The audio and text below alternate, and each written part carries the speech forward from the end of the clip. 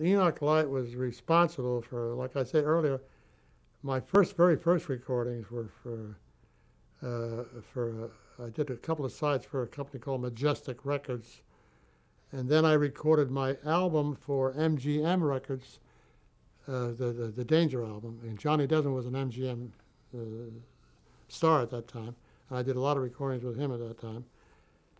But the very first person to give me, Enoch Light had a company called Grand Award Record Company, and I used to do a lot of work for him as a sideman, as a guitarist in different groups.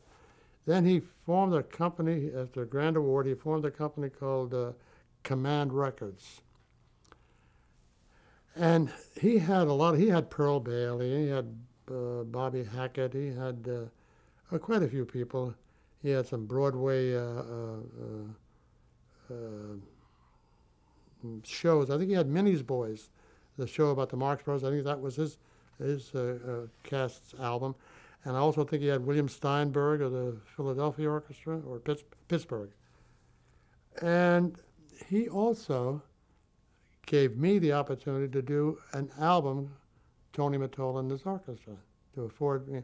He did this also for a lot of the musicians that I worked with in the studios. He did it for Dick Hyman, for Doc Severinsen, for Phil Bodner, Irby Green, all the musicians that gave them a chance to do their own albums, you know.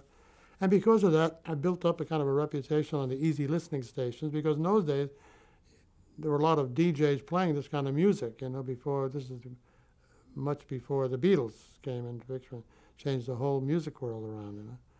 So for Enoch, then he sold that company to ABC Paramount and formed another company called Project 3 Records, and I went with him with that company. And I served also as an A&R man with him, head of artists and repertoire. I did some producing for him and everything. But he was basically responsible for me if I have any reputation in the recording field, that he's the man responsible for it.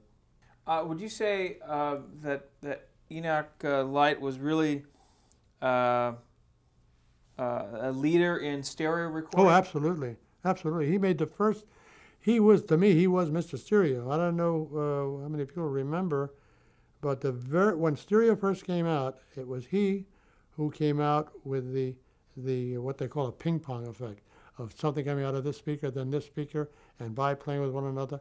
He did an album called Persuasive Percussion, with a lot of percussive sounds, along with melodic things. And that was sold well over 1 million copies, and really was the first stereo record made. They came out and was copied ad infinitum by every major company after that, you know. But he really, to me, he was Mr. Stereo. He really utilized that to perfection, that medium, you know.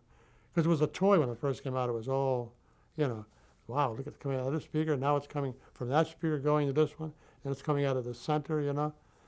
Yeah, he was the man as well. Him and I must give credit to his chief arranger, Lou Davies, who did all the orchestrating for him in those days.